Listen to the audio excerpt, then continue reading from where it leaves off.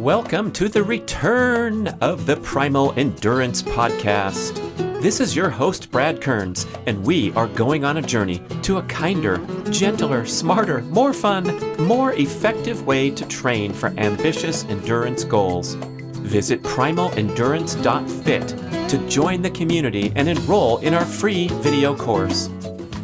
It's time to talk more about overtraining. This is part 2. We are going to dive into the many signs and symptoms of preliminary overtraining all the way into full-blown overtraining and burnout. So please listen to part 1 where we set the stage with a comprehensive discussion about the stress response in the human body, the stimulus perception response, the 3-stage way that we operate and trigger the hypothalamic pituitary adrenal axis to produce hormones and cause a complex chain reaction of biological changes in the body in response to stimulus from the environment or from our brains. There's all kinds of stimulus that can provoke a stress response. And we also talk about how many wonderful aspects there are of the fight or flight response when it is called upon appropriately to summon peak performance effort that is short in duration and occasional and balanced with appropriate amounts of moderate stressors and rest and recovery relaxation, and how we've gone off the rails in modern life because of the chronic nature of many stressors that we face every single day.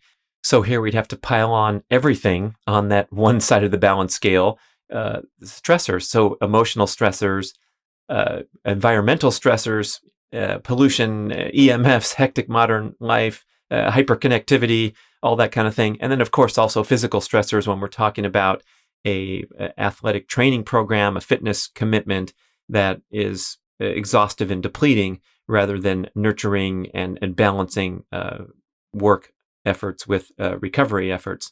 So that was kind of part 1, taking you all the way through what's going on in the body and the end destination of burnout, which is what happens when your body finally gives up and is not able to appropriately deal with chronic stressors as opposed to temporary fight or flight stressors, which the body is highly calibrated and highly tuned to deliver peak performance on demand when you summon the fight or flight response appropriately.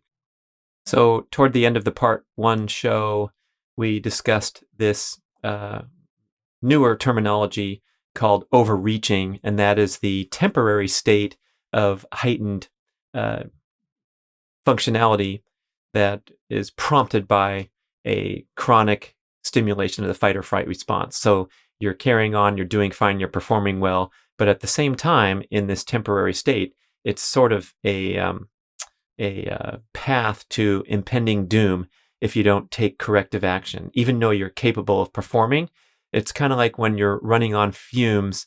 Let's say, for example, in an intense personal crisis that's lasting for days or weeks.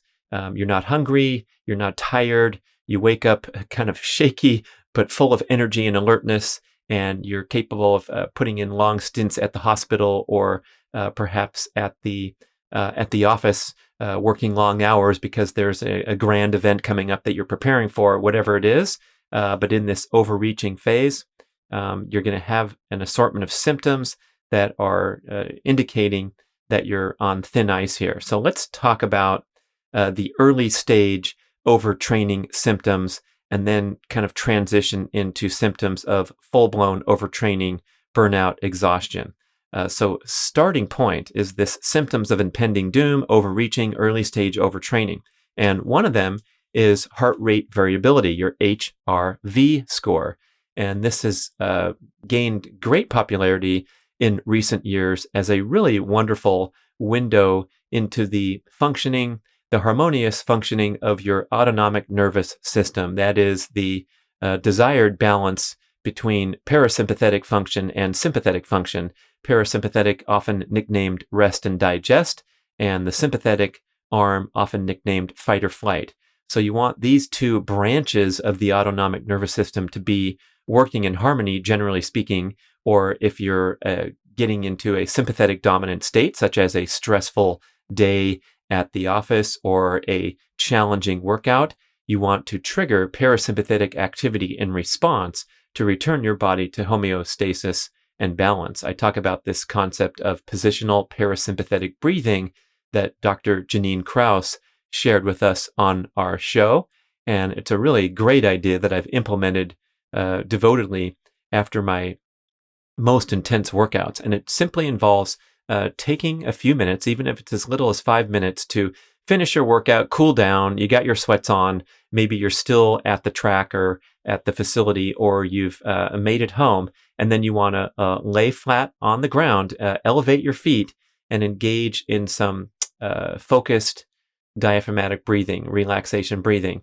And this will be a trigger to tell your body that, hey, the rough stuff is over. You finished the workout. Congratulations. Now it's time to go into a parasympathetic mode.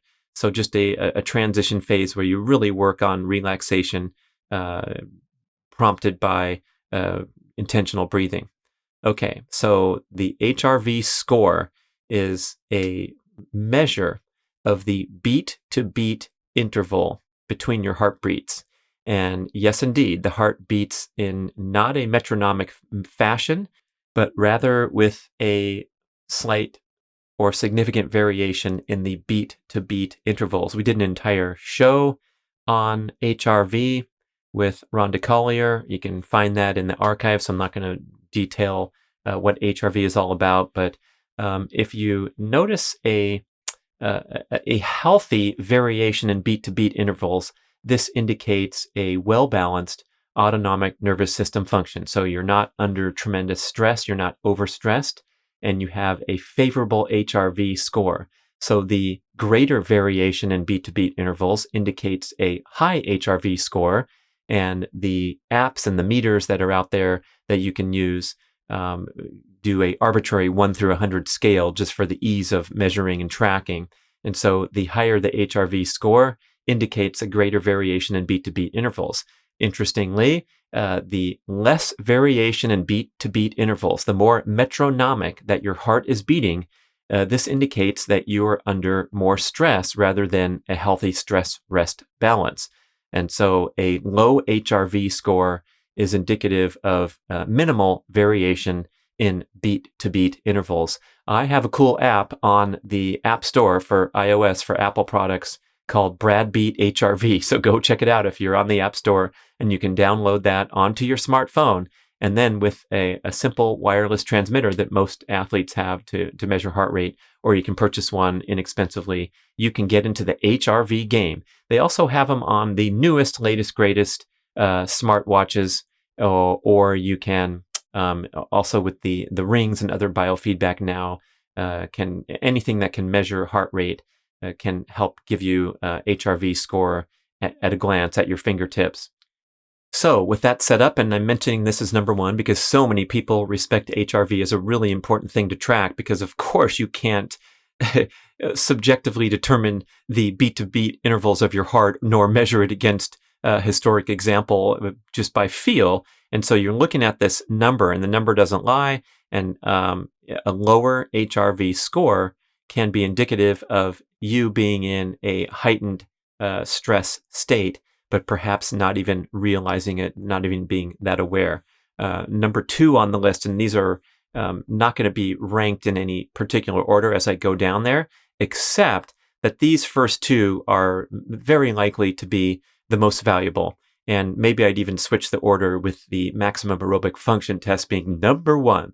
So the MAF test, MAF, is the measurement of your performance at the aerobic maximum heart rate. So a quick recap of a MAF test is you perform a performance test on the same course at the same heart rate and repeat the test over time to determine your improvements in aerobic function.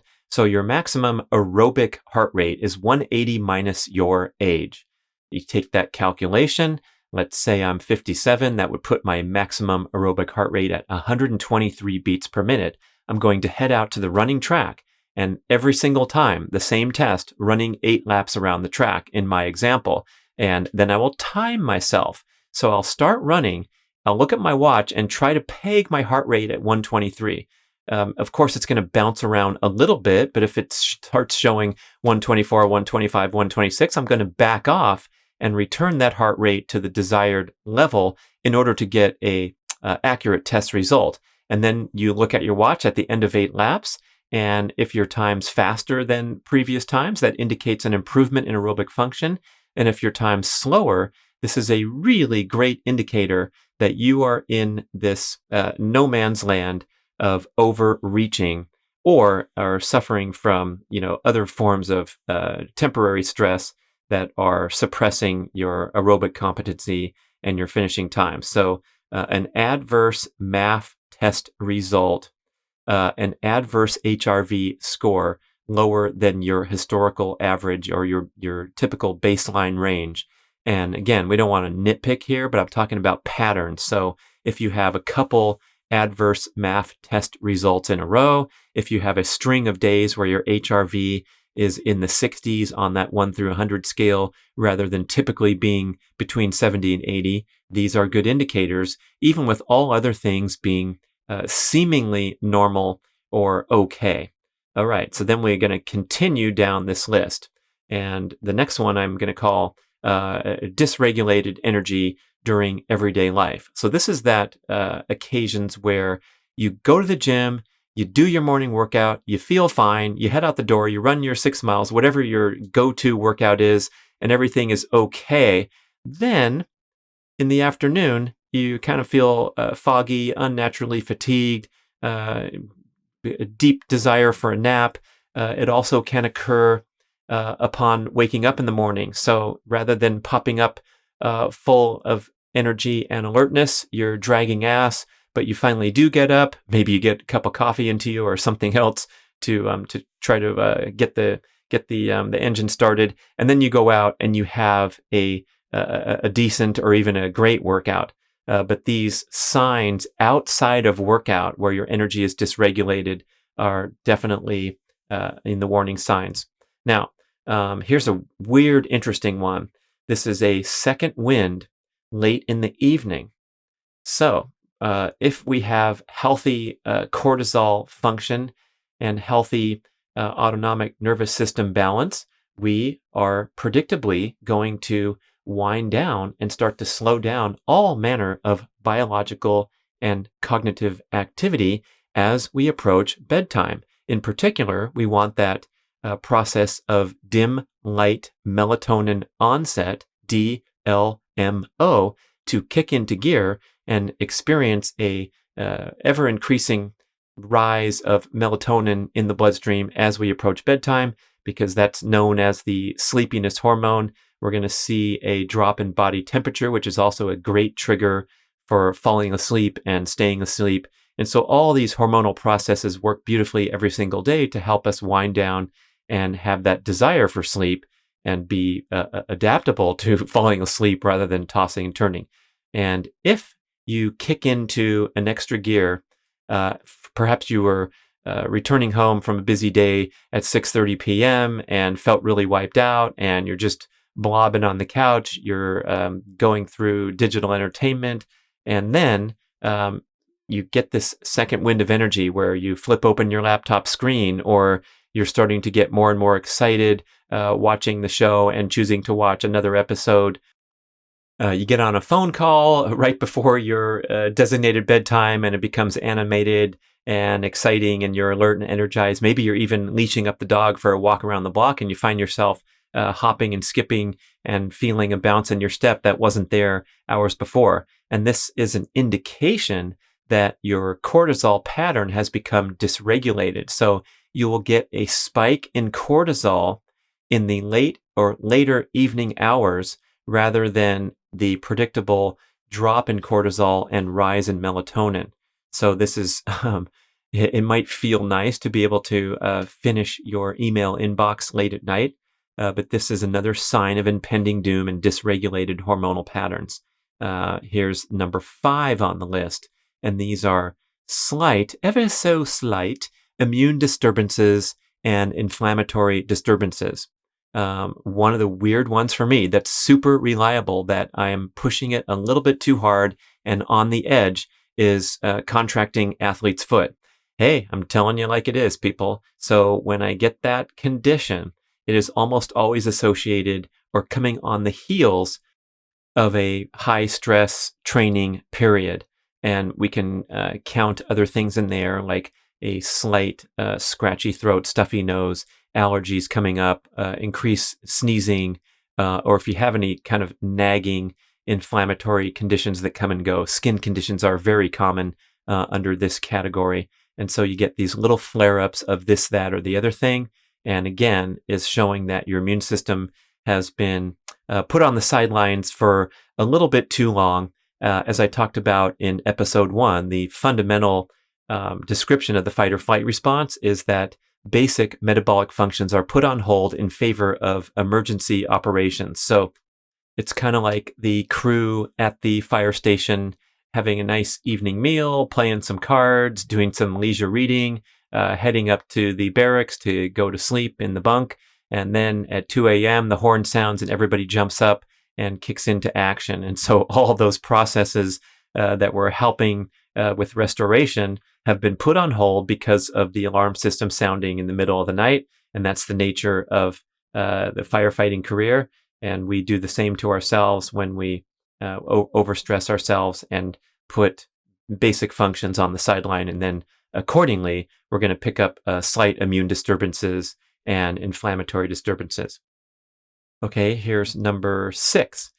This would be things like cramping, twitching muscles, and hyper movements such as tapping your feet while you're at rest or grinding your teeth.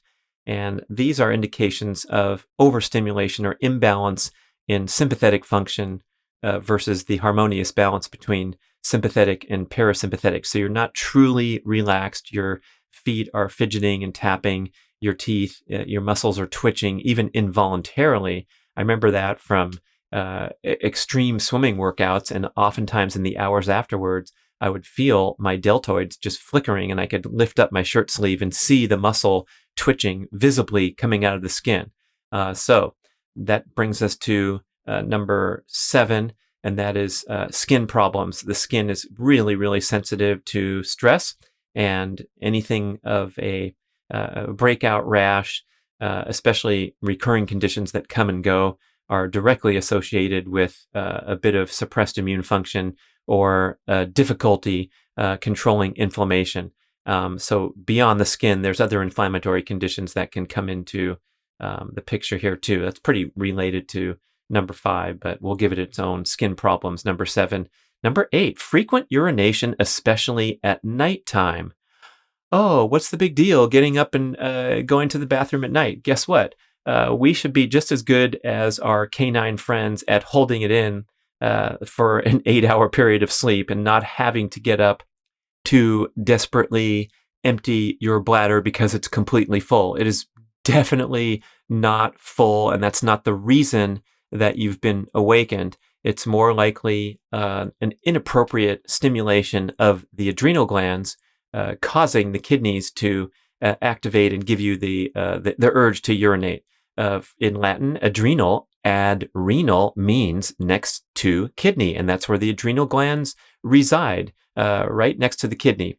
And so when the adrenals are overactivated due to, again, a imbalance in autonomic nervous system function brought about by excessive overstimulation of the sympathetic fight or flight arm, that's when you have this frequent urge to urinate, especially at night.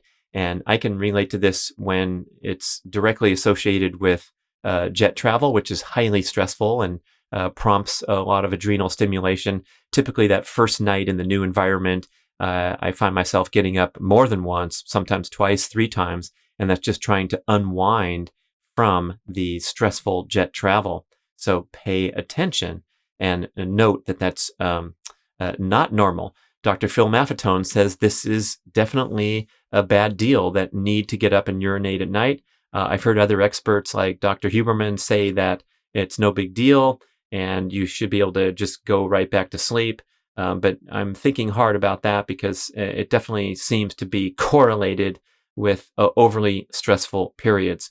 Number 9, speaking of the plumbing, decreased libido and erectile dysfunction.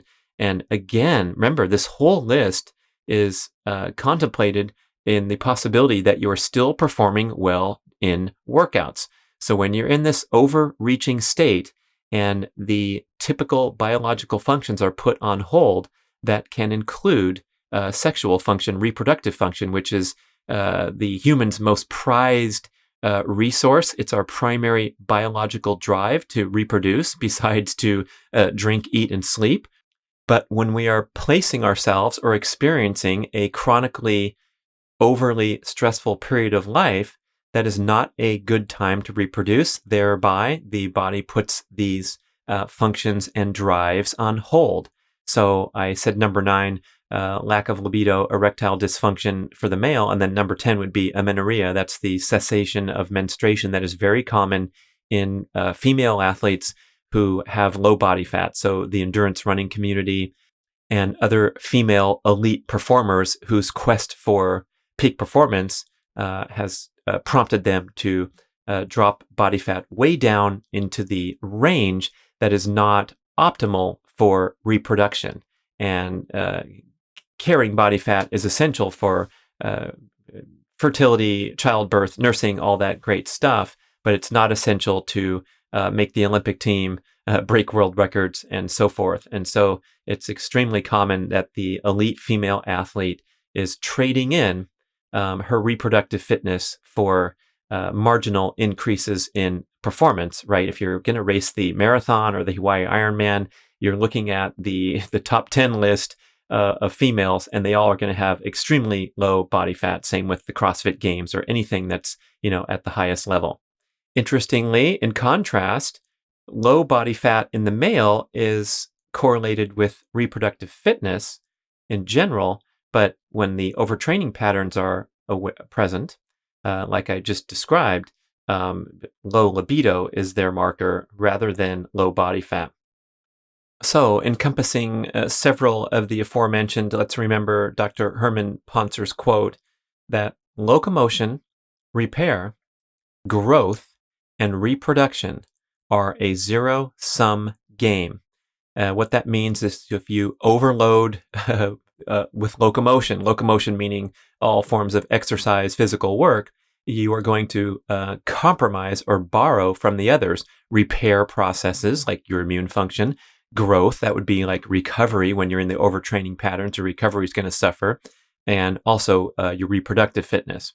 Okay, so that takes us to number 11, which would be insomnia. And boy, if you're training hard and working harder than usual, why wouldn't you be crashed out and sleeping better than ever? And in many cases, if your exercise program is appropriate, it's going to facilitate good sleep, maybe deeper sleep than normal, because you do need that extra rest. And I definitely associate my increased exercise output with needing more sleep that very night following a tough sprint workout, jumping session, whatever. However, if you expand that into the big picture of performing strenuous workouts too frequently, you are going to flip the coin over to the insomnia side again, because you are too riled up with a chronic overstimulation of the fight or flight response, and the sympathetic is dominating over the parasympathetic, inhibiting you from getting into that rest and digest mode. And that brings us to number 12, which are dietary irregularities, including digestive disturbances, increase or unusual gas bloating, digestive pain, or irregularities with your elimination patterns. And again, it's putting digestion on hold in favor of fight or flight opportunities. Some other types of dietary irregularities are cravings for sugar, and this would be to feed the beast because you become carbohydrate dependent because your workouts are too stressful. And for endurance people, that would often indicate exceeding that maximum aerobic heart rate too frequently, and therefore prioritizing glucose burning rather than prioritizing fat burning for most of their workouts. But for all manner of athletes, the overtraining or the overreaching pattern is a chronic depletion of muscle and liver glycogen, thereby the need to reload and thereby the triggering of the appetite hormones to overconsume food and especially crave sugar because you're depleting, refilling. So it's that carbohydrate dependency pattern. Also in this list of dietary irregularities would be binge eating, and then on the flip side, a lack of appetite. And this might be from those true sustained family or personal crises where you're running on fumes and you are engaging the process of gluconeogenesis to the extreme, such that even your appetite is suppressed. I know it's kind of confusing to think, hey, binge eating and sugar cravings as well as a lack of appetite, but we can kind of blanket this into dysregulated appetite and eating patterns prompted by overreaching. Okay, that brings us to 13, and the last one on the list of overreaching, impending doom, would be mood disturbances. So you're irritable, you're cranky, you're impatient, more than usual, right? You're driving in the usual rush hour traffic, but you're complaining about it more and using your horn more, whatever. And of course, that fight or flight existence is not aligned with a calm, patient, personal disposition.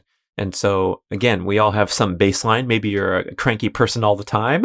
You're like Larry David on Curb Your Enthusiasm, whatever. But it's noticing kind of differences or hearing about it from people close to you. What's bugging you these days? Nothing. I'm fine. I had a great workout this morning. Okay. Signs of impending doom. Then what happens, as I described in more detail on the first show, is that your brain, your body, the fight or flight response is working hard, a valiant effort to keep up with the demand being placed on it, the stimulus that you're placing upon it day after day after day. So you're pumping out cortisol, you're engaging the graceful process of gluconeogenesis. That's the conversion of amino acids, often from lean muscle mass, into readily available energy source of glucose. All these things that are borrowing or putting basic biological function on hold. And then the body says enough already, and the fight or flight response becomes exhausted. And that's when burnout occurs and the wheels fall off. And instead of performing good or even superior workout performance, of course, your workout performance suffers royally, and so does your performance in every way in everyday life. And so let's just go through 12 pretty obvious symptoms of burnout. And number one would be waking up feeling trashed, like you just slept for however many hours and you wake up and you're exhausted. Boy, something is wrong with that picture.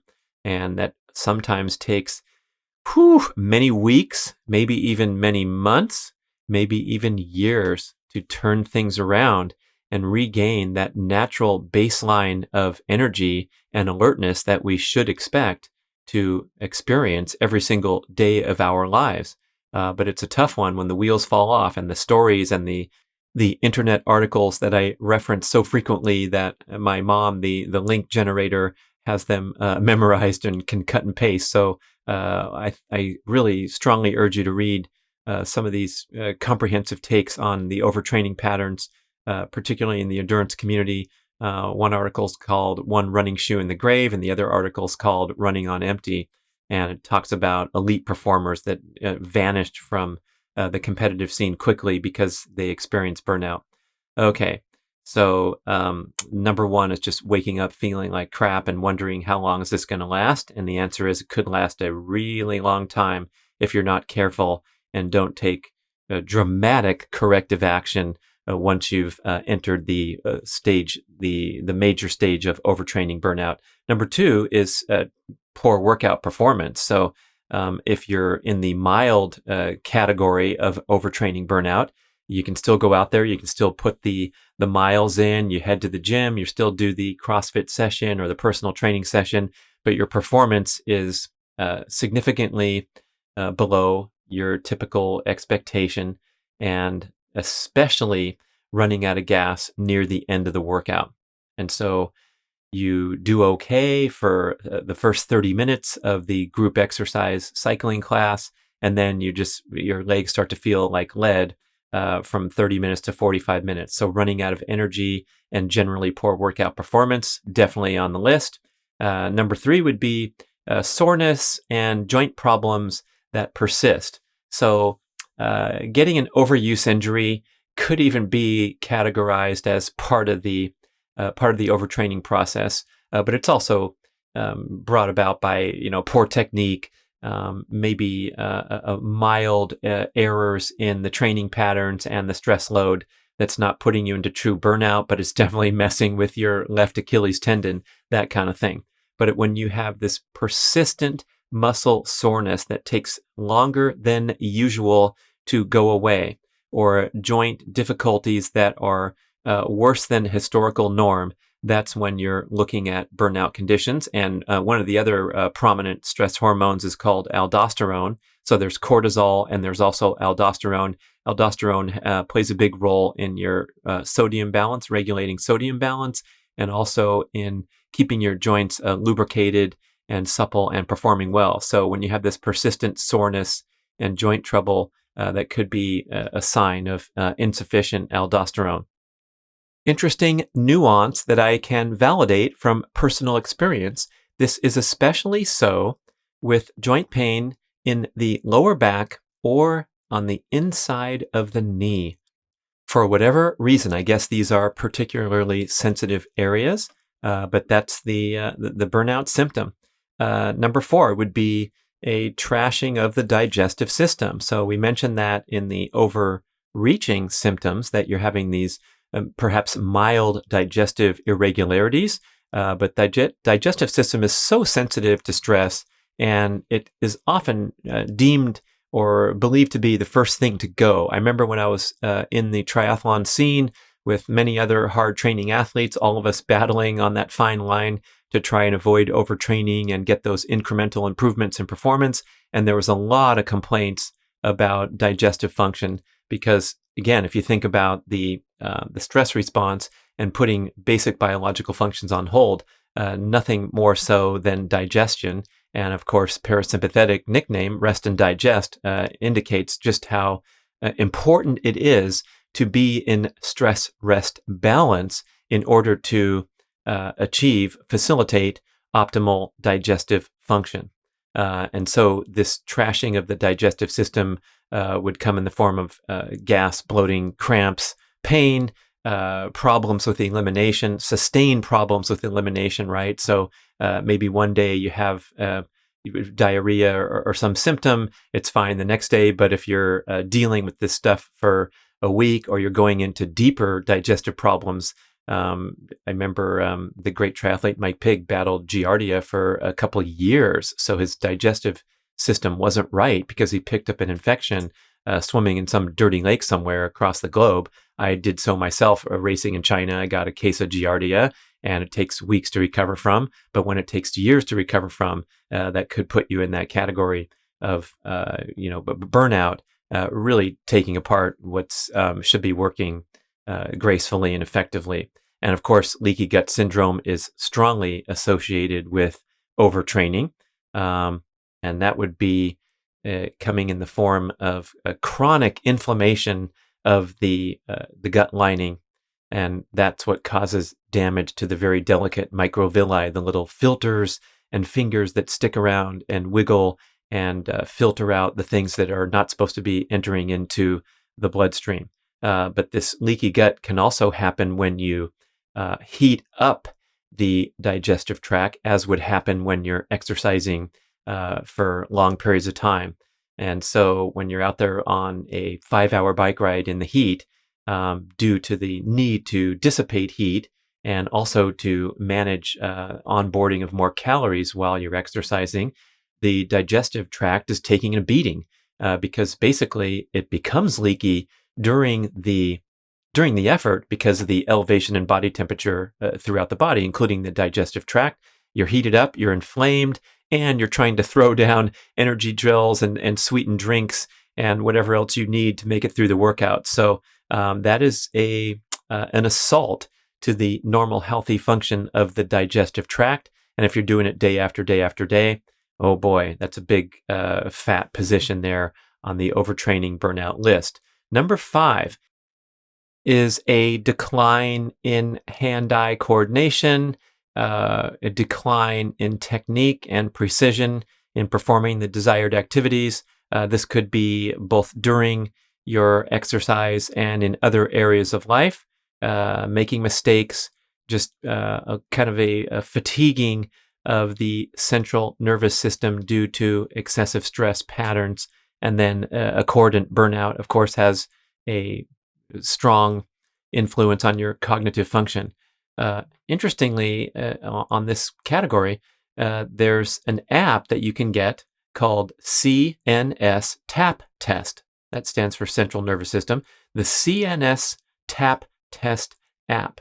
So you can download that, put it on your smartphone, and it basically asks you to, when it's time to go, you tap the screen as fast as you can. And I believe the test lasts for around 10 seconds. So it's like, how many taps can you get in 10 seconds? And it's really hard and it's fun because if you tense up, you'll go slower. So you have to find this sweet spot where you're in the groove and your fingers just tapping really gracefully. You're not trying too hard. You're not tapping the screen too hard. And then you get your total and you establish a baseline number. So maybe you're in the mid to high 70s. And if you are significantly below that, that's a sign of central nervous system fatigue that you can perform at your fingertips. Ha ha ha. Okay, number 6. This would be also a repeat of poor immune function, immune trouble. And so this category includes frequent colds, a flaring up of things like allergies, asthma, and of course, contracting major illnesses.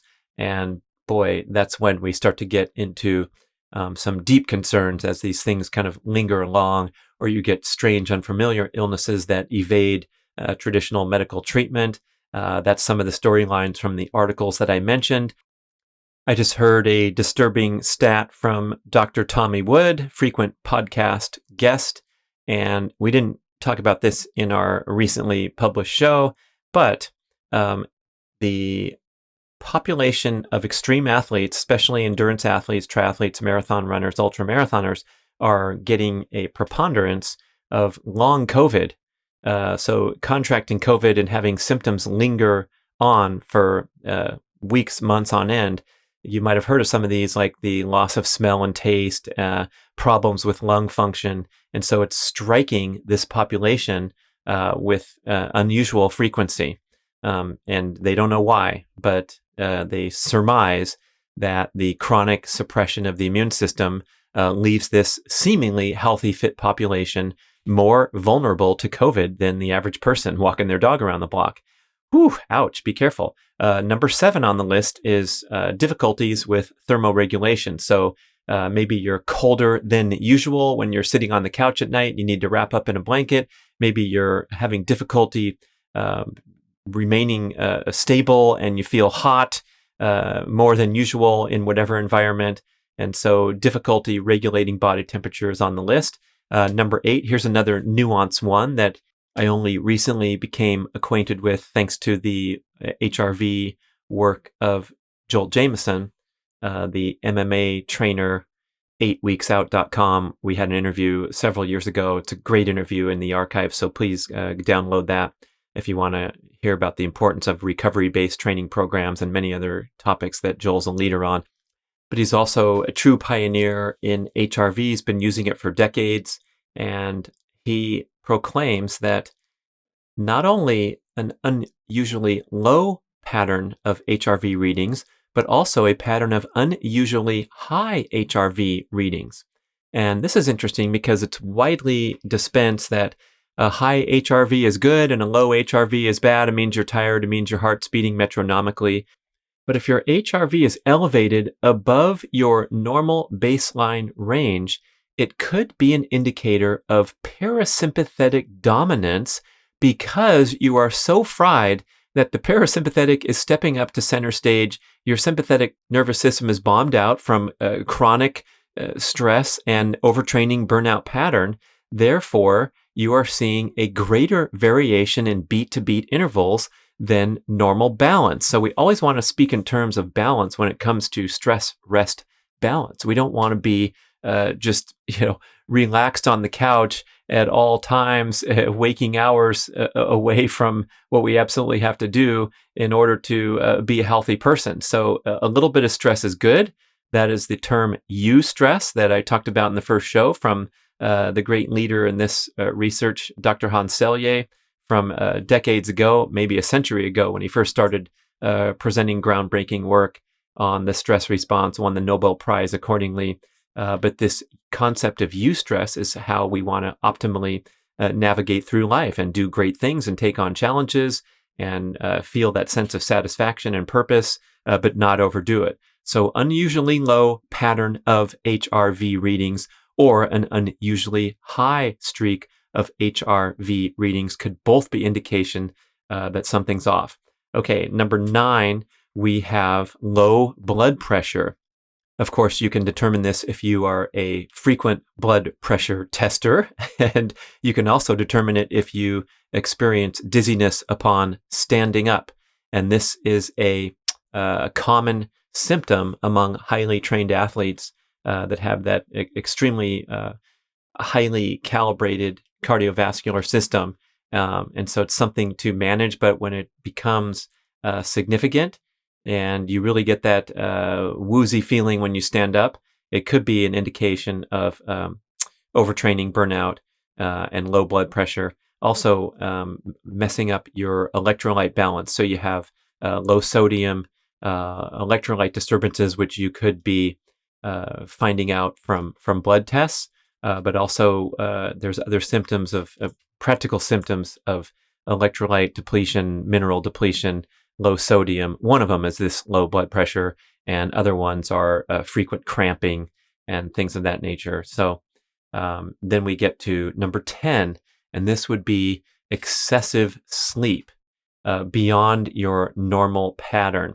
Okay, so I've bragged many times on the show about my stint on the professional triathlon circuit, where I was asleep for half of my life for the duration of my career. So I slept reliably 10 hours every night, and I needed a 2-hour nap every afternoon. And that was my daily routine that enabled me to get the most out of my body and recover optimally and perform, and put in this many hours of training that was necessary to excel in triathlon. Guess what? In the off season, when I was really fried and tired from all the traveling, I would often sleep every night for 12 hours. I'm talking like 10 to 10 or 10:30 to 10:30, which is so ridiculous to think about now. I don't know, maybe when we were 1, 2, and 3 years old, we all slept for 12 hours, right? But it still feels like, wow, what a waste of a day to be asleep for half of it. But I absolutely needed it because I was necessarily recovering from the extremely stressful pattern of racing on the circuit, traveling, putting in 15 to 25 races a year. And so this would last for maybe a month or 6 weeks. And it was a little disturbing, but in reflection, it was a necessary going hand in hand with the extreme stress of the training and traveling. And believe me, a lot of times, the only reason I got out of bed was because it was 10:30, and I was like disgusted, like, all right, man, come on, you've had enough. But I had an incredibly increased need for sleep due to the bottoming out of all that, those high stress phases of the season. Okay, so that takes us to number 11, and this is simply that lack of joy and lack of desire to train, and could be the most sensible and reliable indicator of them all, that what was giving you joy and satisfaction and alertness and energy and a bounce in your step is now not even something you want to contemplate. And that's when you know that you're in the deep throes of burnout. So hopefully we can take corrective action well before we get into that a state of ennui about the thing that was, the centerpiece of our life before. And then finally, number 12, all the mood disturbances, the psychological aspects of overtraining and burnout.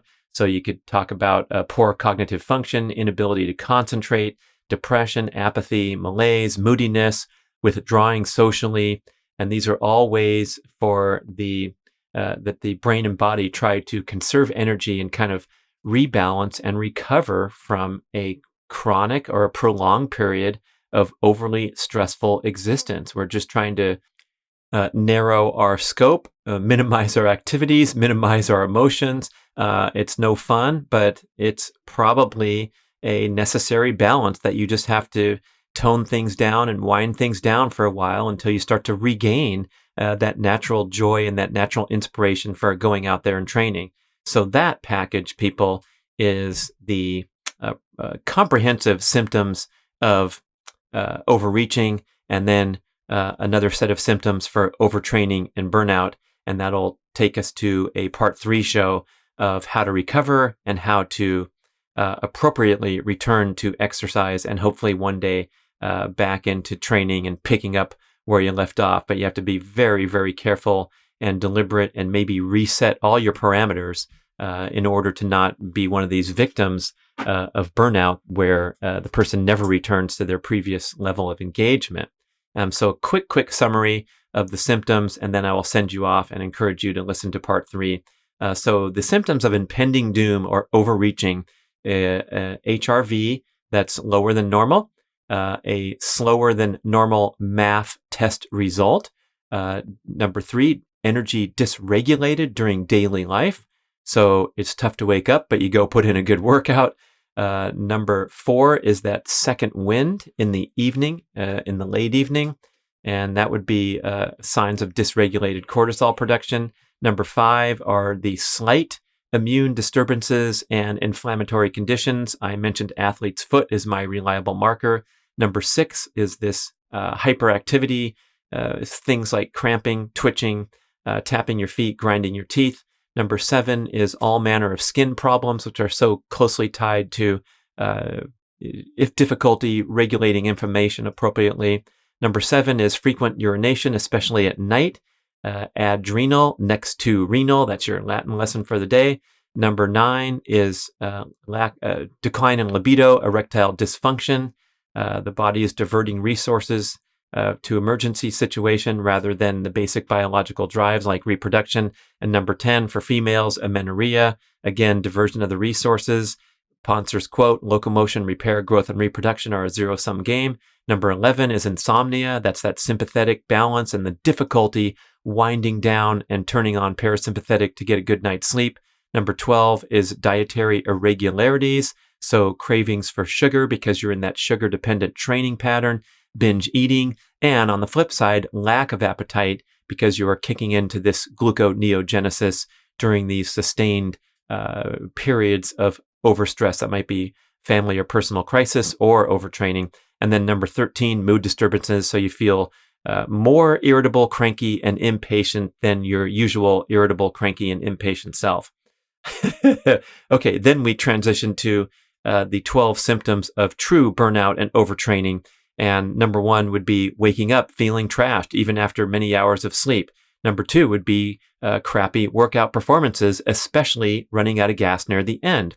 Number 3, persistent soreness and joint trouble, especially experiencing joint pain in the lower back or on the inside of the knee due to insufficient aldosterone levels, a prominent stress hormone. Number 4 would be the major digestive system troubles, digestive system being the first to go in many cases. And so this is all kinds of gas, bloating, cramps, digestive pain, elimination irregularities, and symptoms of leaky gut syndrome. Number 5 is central nervous system decline, cognitive decline. So you have poor hand-eye coordination, your technique is faltering, you're making mistakes, general mistakes and absent-mindedness in everyday life. So go get that app, CNS Tap Test, and have some fun. Number 6 is immune trouble from the minor stuff like increased colds, increased severity of colds, allergies, asthma, and then the major illnesses like the long COVID that the endurance athletes seem to be suffering from. Number 7 is thermoregulatory trouble. So you're a little too hot, you're a little too cold, more so than normal, regulating and feeling comfortable. Number 8 is a pattern of not only unusually low HRV, as we talked about in the overreaching symptoms, but a pattern of unusually high HRV scores, suggesting parasympathetic domination because you are so fried that your sympathetic nervous system isn't responding appropriately. Number 9 is low blood pressure, as evidenced by dizziness upon standing up, and related to electrolyte imbalances and depletion, especially low sodium. Number 10 is excessive sleep.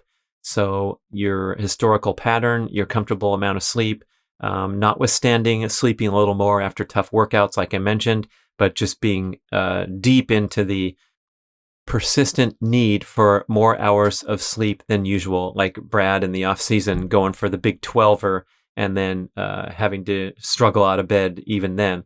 Number 11, a lack of joy or desire to train. Oh boy, that's not what we signed up for when we first put on our running shoes or walked into the gym or joined the team. Okay, number 12 is the psychological mood disturbances. So difficulty concentrating, depression, apathy, malaise, moodiness, withdrawing socially, just trying to shut things down so you can rebuild your energy. And that is the summary. Let's stay away from this stuff and learn more practical tips in the next show in order to never go near. Thank you so much for listening to this important topic.